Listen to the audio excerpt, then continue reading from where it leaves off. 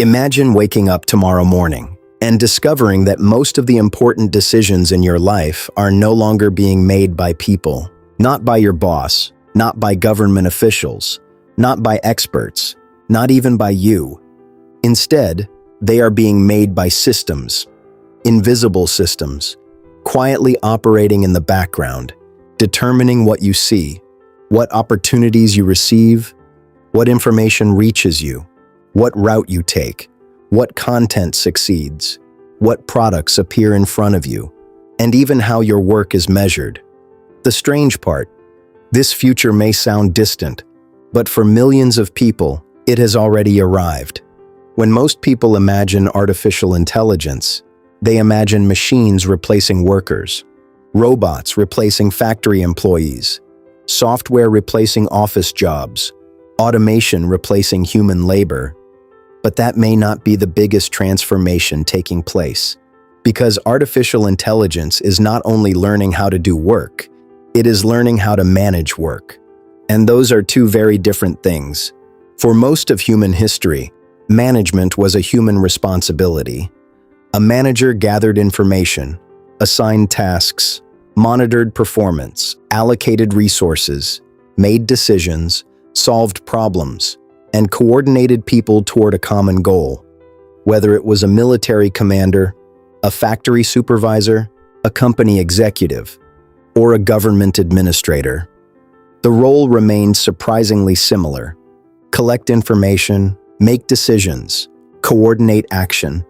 The challenge was always information. No manager could see everything. No manager could monitor everyone. No manager could process unlimited amounts of data. Human decision-making always had limits, and those limits shaped organizations for centuries. Then computers arrived, then networks arrived, then artificial intelligence arrived, and suddenly a completely different kind of manager became possible. A manager that never sleeps, never takes a vacation, never forgets information, never becomes distracted, and can monitor millions of people simultaneously. Not because it is smarter than every human, but because it can process more information than any human ever could. This is where many people misunderstand the AI revolution. They focus on automation, when they should be paying attention to coordination, because some of the most powerful systems in the world are not replacing workers. They are directing workers. Consider the modern delivery driver. The route often comes from software. The timing comes from software. The performance metrics come from software. The recommendations come from software. The worker still performs the task, but the system increasingly determines how the task is performed. Or consider ride-sharing platforms. The driver chooses whether to work, but the system assigns rides, calculates pricing, provides navigation, measures performance, and determines incentives. The driver operates the vehicle, but the platform manages the process.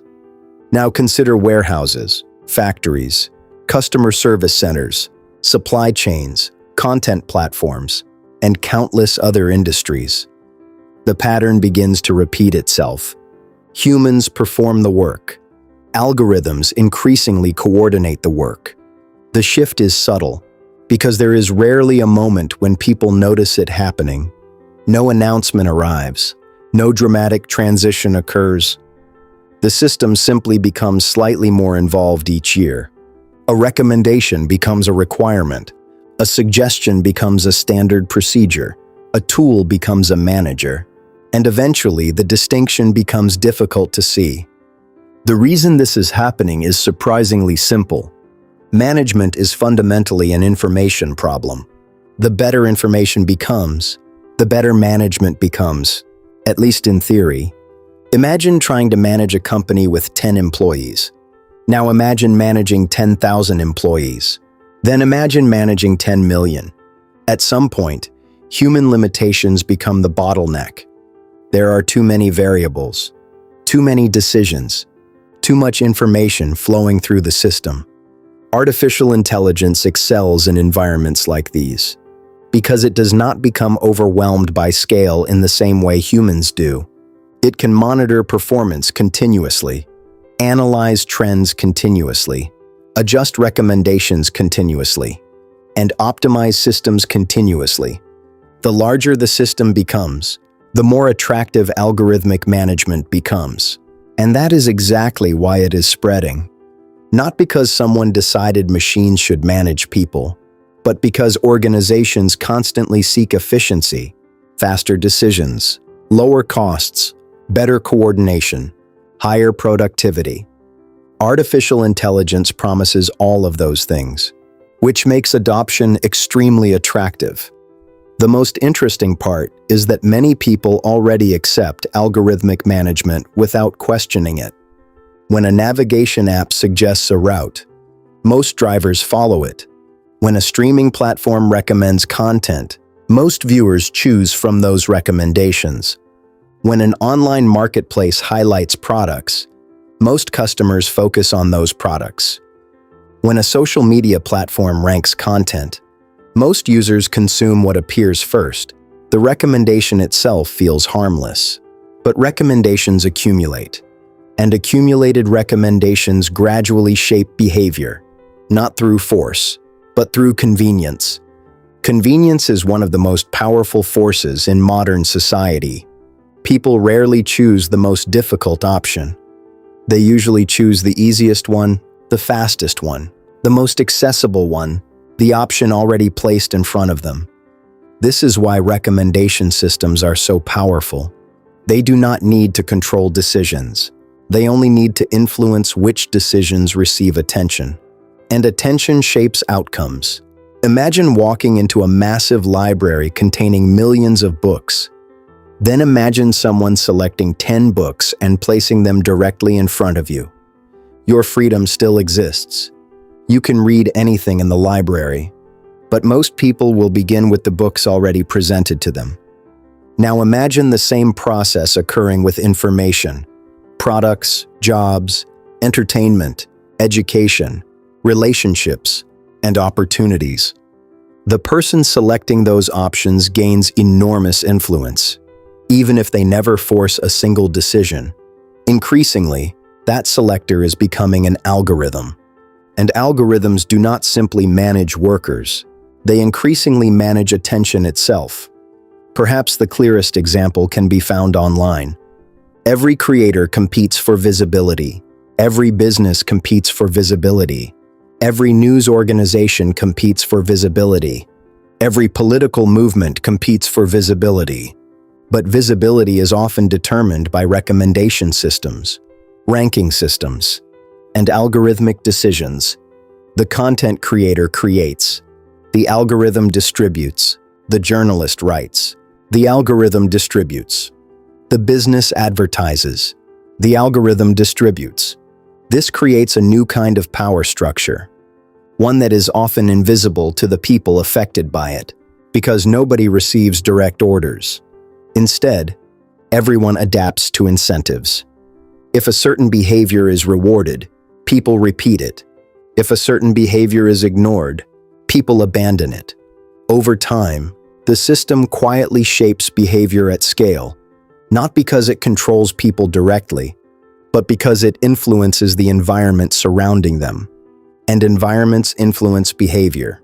This process is now expanding beyond digital platforms. Artificial intelligence is moving into healthcare, education, transportation, finance, insurance, hiring, scheduling, logistics, customer service, and countless other areas of life.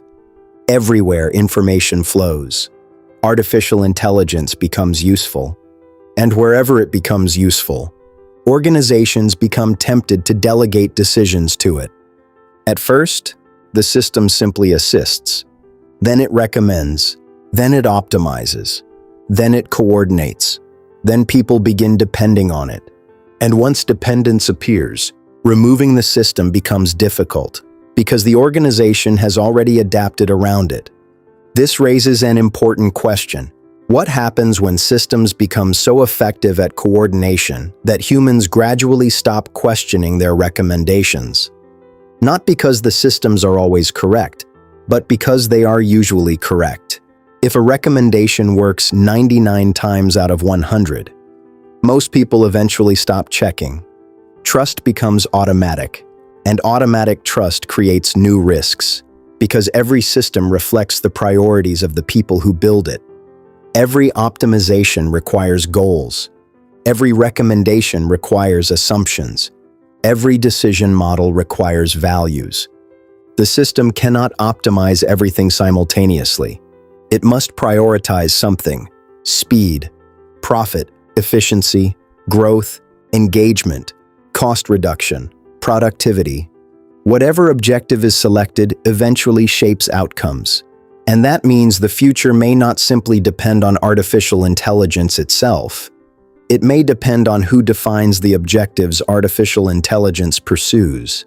Because the most powerful manager is not necessarily the one issuing orders. The most powerful manager is often the one deciding which goals everyone else must follow. And artificial intelligence is steadily moving closer to that position. Not as a ruler, not as a dictator, but as an invisible coordinator operating beneath the surface of everyday life. The systems of the future may not command people. They may simply guide them, recommend to them, optimize around them, and quietly shape the environments in which their decisions take place, which may prove to be even more powerful than direct control. Because people often resist commands, but they rarely resist convenience. And in the next episode, we'll explore what may happen when artificial intelligence begins making decisions so complex that even the people who build the systems can no longer fully explain them. How increasingly powerful AI models may become black boxes that affect millions of lives. And why the future challenge may not be controlling artificial intelligence, but understanding it.